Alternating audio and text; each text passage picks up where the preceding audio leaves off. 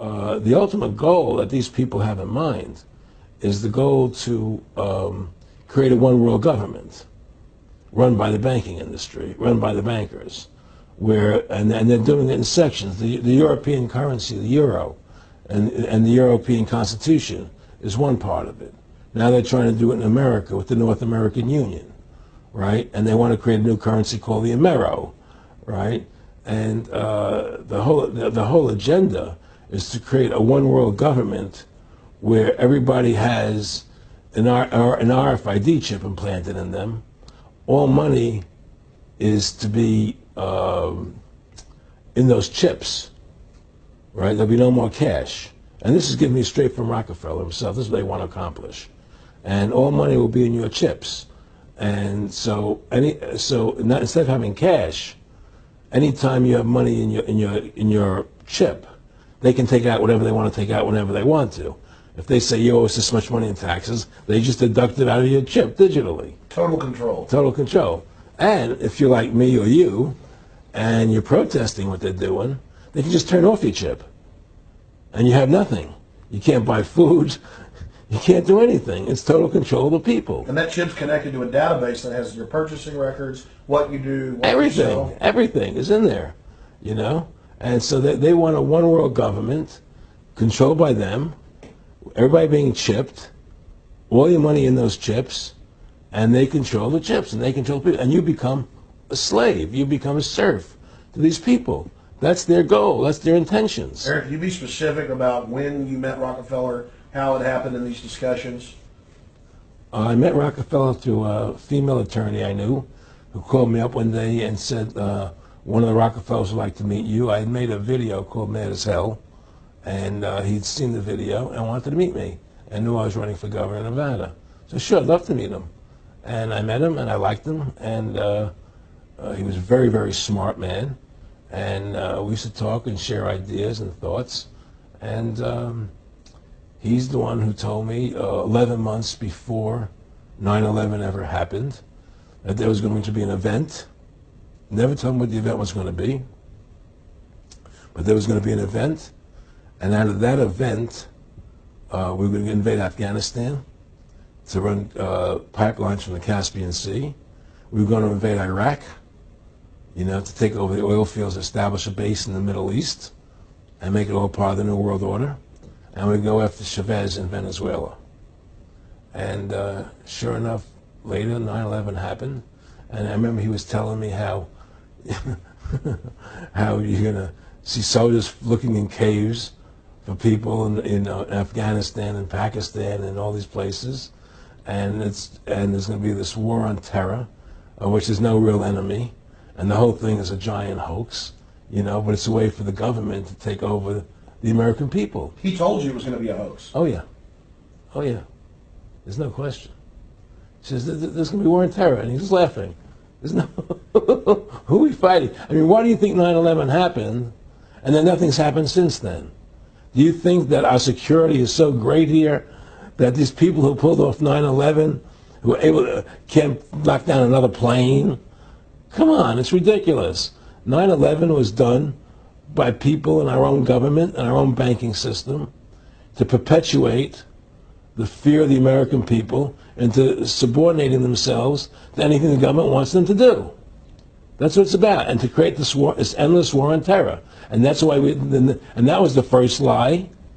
And the next lie was going into Iraq, you know, to get Saddam Hussein out with his weapons of mass destruction. That was the next lie. Now, specifically, this was a little over 6 years ago. This was 11 months before 9/11. Yeah. And Nick Rockefeller, he's a lawyer. He's become your friend over the previous years, and he's saying to you that there's going to be this big event, and then out of that we're going to have a war on terror, and it's just going to go on and on. Right, an endless war on terror without any real enemy. That you can never define a winner. And did he say that it's going to be perfect because you can't define an enemy? It just goes on and on? Yeah, because you can't define a winner. There's no one to beat, so it goes on and on forever. And they can do whatever they want. They scare the hell out of the American public. Look, this whole war on terror is a fraud. It's a farce. It's very difficult to say it out loud because people are intimidated against saying it. Because if you say it, they want to make you into a nutcase. Let's But be the truth has to come out. That's why I'm doing this interview.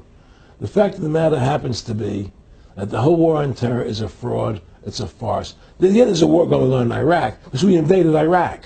And people over there fighting, But the war on terror, it's a joke, And until we discover what really happened on 9/11 and who was responsible for 9/11, because that's where the war on terror emanates from. That's where it comes from. It was 9/11 that allowed this war on terror to begin. And until we get to the bottom root of 9/11, the truth of 9/11, we'll never know about the war on terror.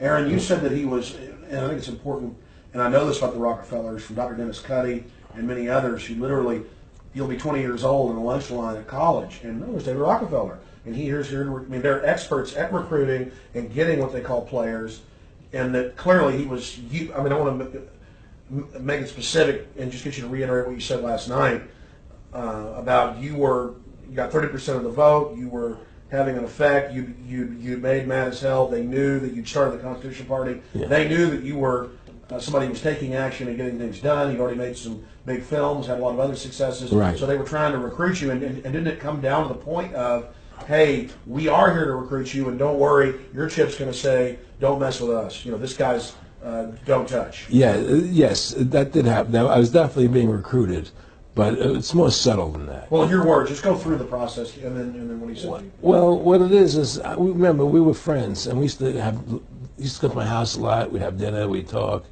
and he'd tell me about business investments that he get involved in, or they would help me with this business investment or that business investment.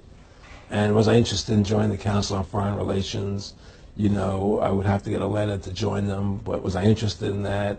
And, just stuff, leading you on. And I used to say to him that I never really did that because that wasn't where I was coming from. As much as I like you, Nick, your ways and my ways we're on the opposite side of the fence. I don't believe in enslaving people, And he would come back with, oh, I do? Or? Well, it would be more like, It's better for them. Well, it's more like, how do I put it? It was like, what do you care about them? What do you care about those people? What difference does it make to you? Take care of your own life. Do the best you can for you and your family. What do the rest of the people mean to you? They don't mean anything to you. They're just serfs. They're just people.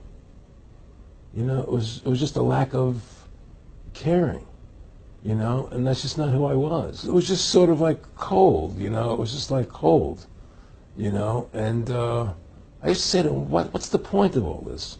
You have all the money in the world you need. You have all the power you need. What's the point? What's the end goal? And he said the end goal is to get everybody chipped, to control the whole society. To have the bankers, the elite people, the bankers and some governor controlling the world.